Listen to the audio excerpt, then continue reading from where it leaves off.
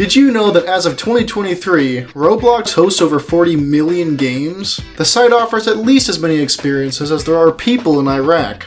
Now, if you were to sift through this vast sea of unique creations and guess which one my viewers decided was the most entertaining and worthy candidate for a Skit review, what would you predict?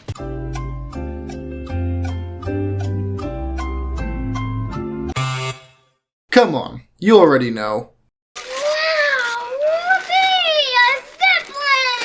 If you played Roblox back in the early days, somewhere between the original Doomspire Brick Battle and Broken Bones, you might remember a game called Zeppelin Battle. If you're not an old geezer, hey, you see me making my lip smacks at the old geezer here? Shut up, old geezer! You might have seen the more popular Zeppelin Wars. They both operate on an identical and apparently alluring premise. Two teams battle it out in the heavens using weaponized airships and fighter planes. What could be cooler than that? Well, I don't know. And neither do the people who make these games. Instead, they've iterated on them, making each one cleaner and more modern, all accumulating in the topic of today's Skit review, Airship Assault. The skies are contested by two different teams. Totally not Germany, also known as Valgray, and definitely not Britain, also called Greenland. No, that's not a mistake, they spelt it that way intentionally.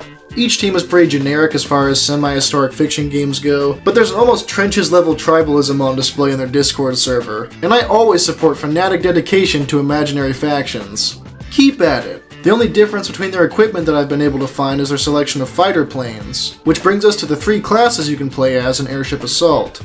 First, and I would argue most important, is the crewman. The in-game description puts it best. The crewman is a defensive role responsible for repairing and maintaining the airship.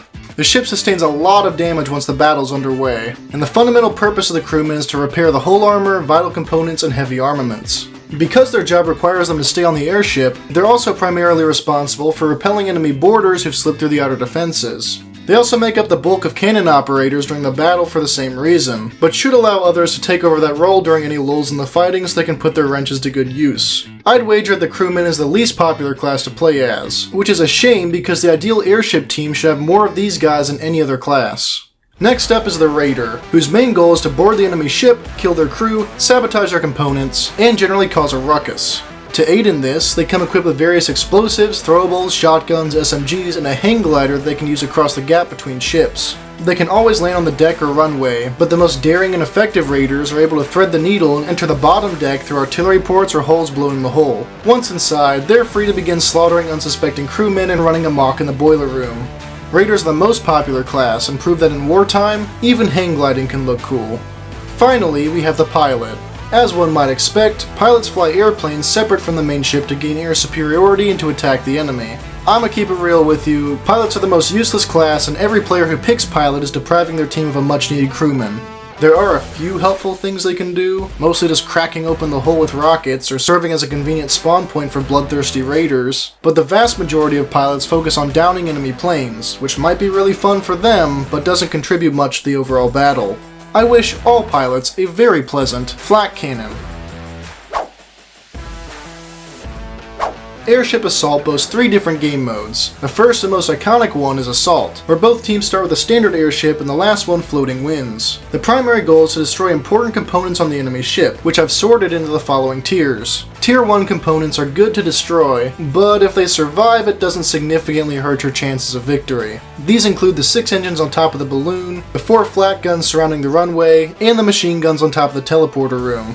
While they can make boarding difficult, they don't pose a real threat to your airship. Tier 2 components aren't vital for keeping the ship afloat, but should still be destroyed as soon as possible to cripple the enemy and protect your vessel. These include the heavy cannons on the upper and lower decks, as well as the resource generator in the boiler room. Tier 3 components are the ultimate targets of a match that, if destroyed, will lead to the complete destruction of the enemy airship.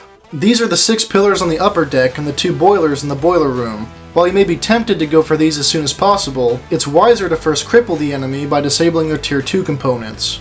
My advice for people playing Assault is to fully utilize your heavy cannons. They're the most powerful weapon at your disposal, but usually they don't have anyone operating them. When you've got a fully manned gun deck and a cannon reload buff, You could peel enemy armor off like you're using a can opener, giving you full access to the squishy components and crew inside. As far as piloting goes, you're going to want to position your ship above and perpendicular to the enemy so that all of your heavy cannons have an angle. As long as you play defensively and your crewmen keep the howitzers online, you'll be fine.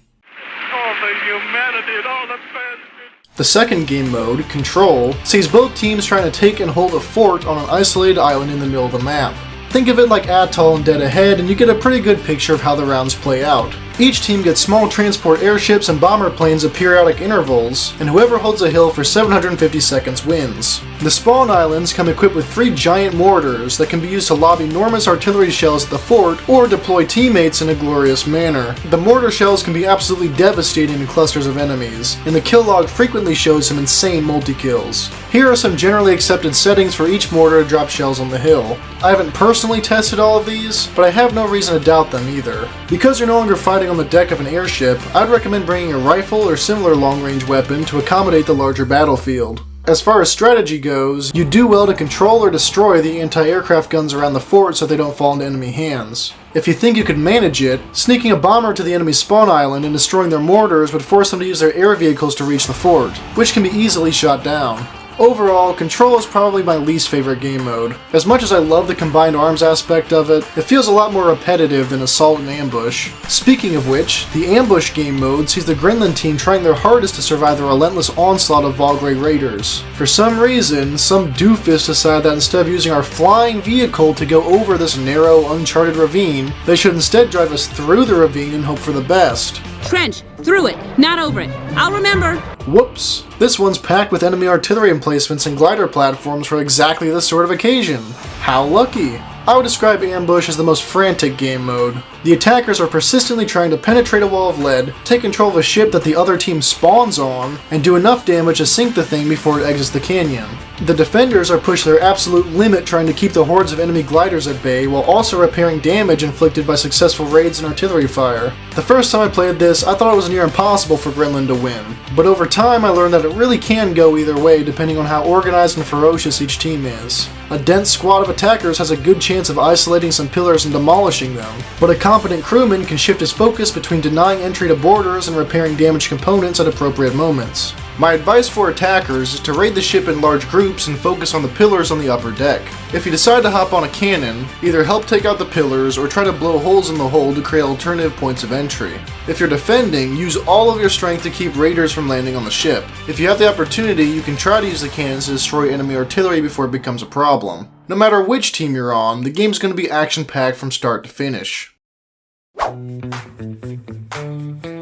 Whenever I do these pros and cons at the end of the video, I try my best to balance out the good features with the bad. This time, well, let's start with the good. Airship Assault has its own mission contract type system called directives. Once you take a directive, you have the option of going out of your way to complete it for a little bonus XP. I like these because it incentivizes players to participate in matches and get out of their comfort zones. I do wish you didn't have to manually activate them, but that's not a deal-breaking feature. XP gained in any manner goes towards your class progression.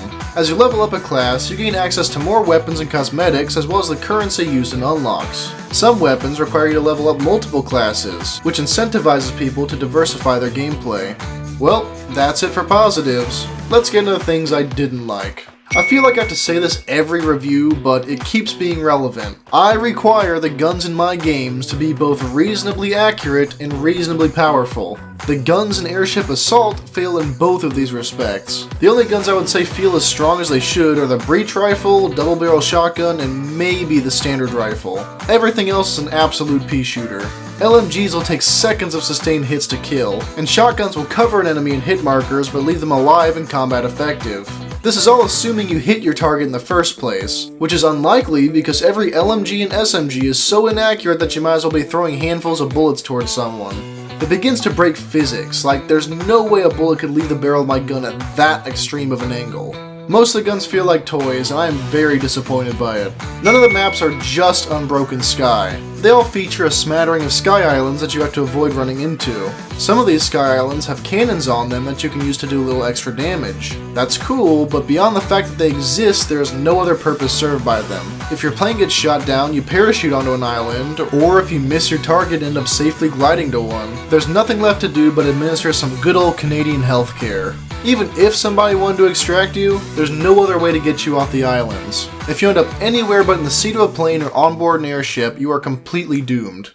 Say what you will about Zeppelin Wars graphics and models, but I don't remember experiencing a lot of frame rate drops playing that game. Airship Assault can get a bit slow. It's not as bad as it used to be, and the frame drops are usually minimal, but it's just bad enough and frequent enough to get on my nerves. Sometimes it gets really bad, but that's an exception.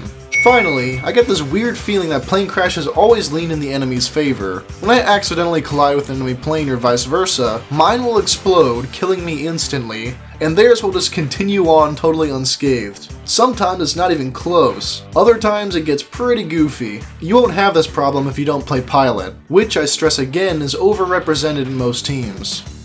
In the end, Airship Assault is an enjoyable game. In my opinion, it's nothing to write home about, but you can still have a blast playing it. I imagine it'd be a lot more fun if you had enough friends to crew 2 ships and fight each other, but I haven't tried to do that yet. It doesn't innovate, but rather builds on an already popular concept. I'm gonna rate Airship Assault a passable 6 out of 10.